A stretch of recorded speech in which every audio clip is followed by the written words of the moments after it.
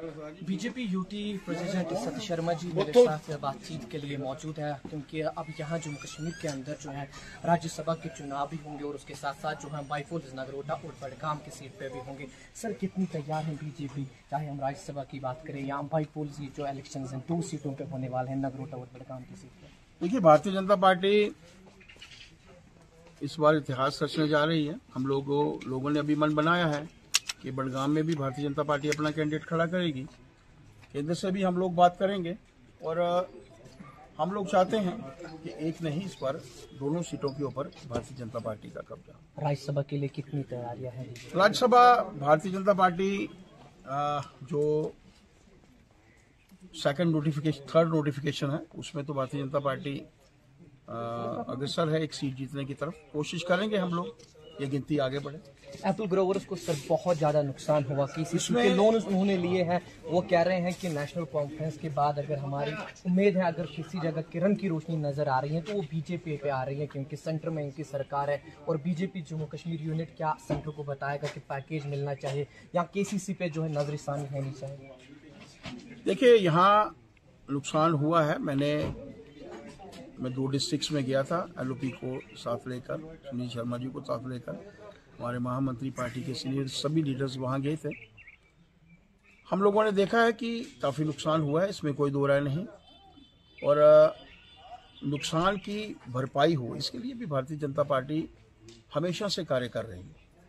केंद्र के ध्यान में भी आप मानकर चलिए कि जब ये वाक़या हुआ है, होम मिनिस्टर साहब ने उसी वक्त रेलवे मिनिस्टर साहब के ध्यान में लाया था कि ट्रेन चलनी चाहिए, और ट्रेन के माध्यम से, अब स्पेसिफिक मेरे ध्यान में नहीं है, लेकिन मानकर चलिए कि बहुत ज़्यादा सेब जो था बाहर ट्रेन के माध्यम से बेचा गया।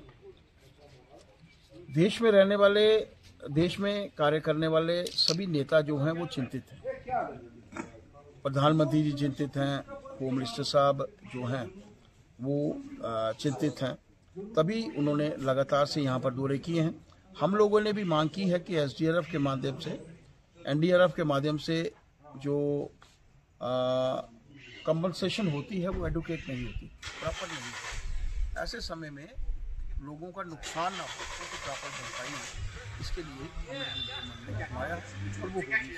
सर, नेशनल कॉन्फ्रेंस के लीडरान जो है लगातार कह रहे हैं कि जब तक स्टेटहुड को बहाल नहीं किया जाएगा तब तक हम जो है मैनिफेस्टो में जो हमने कहा था उसको बराबर नहीं कर सकते। क्या बीजेपी चाहेगी कि स्टेटहुड आना चाहिए? 88% बजट का हिस्सा उनके पास है, उसके लिए स्टेटहुड की ज़रूरत नहीं है, उसके लिए काम करने की आवश्यकता है। एक तहसीलदार को यहाँ से वहाँ लगाना है, वो आराम से पोस्टिंग करते हैं। उसकी एलिवेशन करनी है, एससी की चीफ इंजीनियर बनाना है, उसकी एलिवेशन हो जाती है।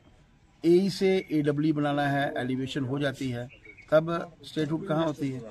ये काम नहीं किया इन्होंने। 1 वर्ष में जो कार्य करने के लिए इनको वोट दिए गए थे वो white paper Bharatiya Janata party जल्द इनसे मांग करेगी और सड़कों के ऊपर उतरकर मांग करेगी।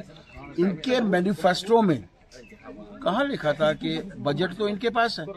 जब बजट में से हर चीज ये खर्च कर सकते हैं, 12% बजट एलजी के पास है लॉ एंड ऑर्डर को लेकर, पुलिस डिपार्टमेंट को लेकर, वो 12% इनको चुभ रहा है, 88% नहीं चुभ रहा।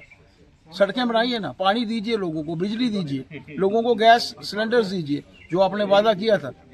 जब आप वायदा करते हैं और उसको निभाते नहीं हैं तो मानकर चलिए कि आप काम नहीं करना चाहते, और जो काम नहीं करता वो आरोप प्रत्यारोप लगाता है, कभी दाएं की कभी बाएं की बात करता है। आप लोग उनसे पूछना शुरू कीजिए कि क्या कार्य आप लोगों के माध्यम से हुए हैं। मानकर चलिए कि भारतीय जनता पार्टी जल्द ही जो है सड़कों के ऊपर आएगी और उनसे पूछेगी कि 1 वर्ष के अंतराल में, अब ज़्यादा होने वाला होगा, 1 वर्ष के अंतराल में इनके माध्यम से क्या हुआ।